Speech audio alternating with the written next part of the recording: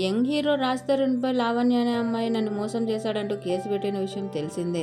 అయితే లావణ్య మాల్వి మల్హోత్రాపై ఆరోపణలు చేసింది. ఈ విషయంపై స్పందిస్తూ మాల్వి మల్హోత్రా మీడియాతో మాట్లాడుతూ, రాజ్ తరుణ్కి నాతో ఎలాంటి సంబంధము లేదు. తను నేను కో యాక్టర్స్ మాత్రమే. లావణ్యతో నాకు అసలు పరిచయమే లేదు. లావణ్య నా కుటుంబాన్ని బెదిరిస్తోంది. తను మాట్లాడిన కాల్ రికార్డు కూడా పోలీసులకు ఇస్తా. వారిద్దరి మధ్యలోకి నన్నెందుకు లాగుతోందో అర్థం కావడం లేదు అంటూ తన ఆవేదన వ్యక్తం చేసింది. అయితే ఇదే విషయంపై రాజ్ తరుణ్ కూడా క్లారిటీ ఇచ్చారు. లావణ్య చెడు అలవాట్లకు బానిసైంది. నన్ను తరచూ డబ్బులకు డిమాండ్ చేస్తూ ఉండేది. అందుకే ఆమెకు దూరంగా ఉంటున్నాను. మాల్వి మల్హోత్రాతో నేను ఎలాంటి రిలేషన్లో లేను అంటూ క్లారిటీ ఇచ్చాడు.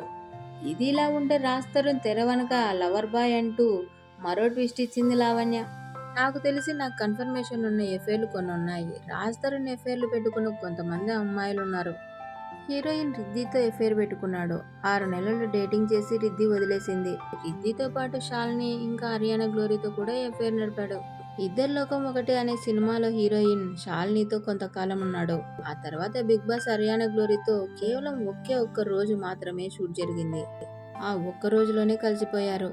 నేను ఒక కోర్సు చేసేందుకు చెన్నై వెళ్ళాను. వెళ్ళిన నెల రోజులకే హైదరాబాద్లో హరియానాతో రాజ్ తరుణ్ స్టార్ట్ చేశాడు. అప్పుడు రాజా రవీంద్ర ఫోన్ చేసి రాజ్ తరుణ్ చేదాటిపోతున్నాడని ఆయన చెప్పిన వెంటనే హైదరాబాద్ వచ్చేశాను. ఇక మాల్వి మల్హోత్రా కోసం 70,000 రూపాయలు రోజుకు ఖర్చు పెట్టేవాడు. 11 ఏళ్ల రిలేషన్లో ఉన్న నాకు మాత్రం ఇల్లు గడవడానికి కూడా డబ్బులు ఇచ్చేవాడు కాదు.